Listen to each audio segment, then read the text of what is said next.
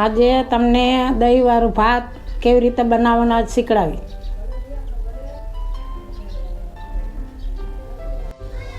મોરી દહીં હોય કે ખાટી હોય બે હાલે. બાફેલા ભાત ને જૂના હોય ને તોય હાલે.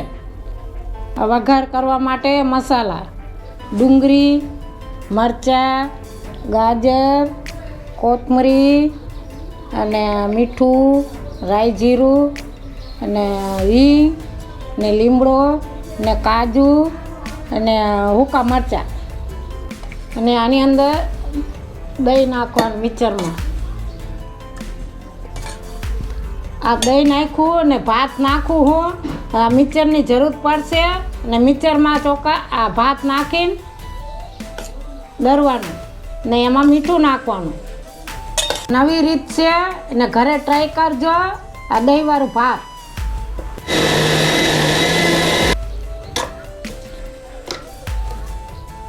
આ ભાત દહીં બે નાખીને થોડુંક મીઠું નાખીને અને આવી રીતે દરી નાખવાનું.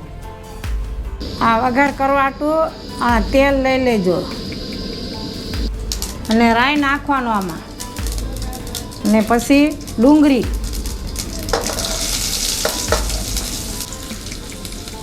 આ લીલા મરચાં ને લીમડો.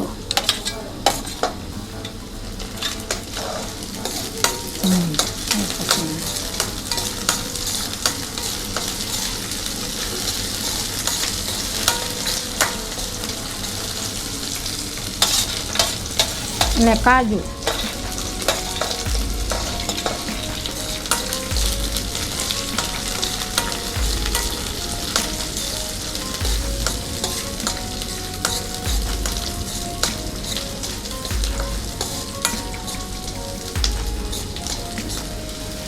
ને કાજુ પછી ગાજરના કટકા કરેલા. ને ઉતરવાટાને થોડુંક હિંગ નાખજો. ચપટીક મીઠું નાખવાનું ઉતરવાટાને. અને આ ભાત આમાં નાખી ને હલાવવાનું. ભાત નાખીને આવી રીતે મિક્સ કરી નાખજો.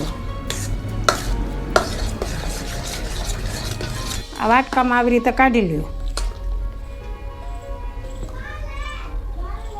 આ દહીંવાળા ભાત રેડી થઈ ગયું. અને આવી રીતે થાળીમાં સજાવવાના.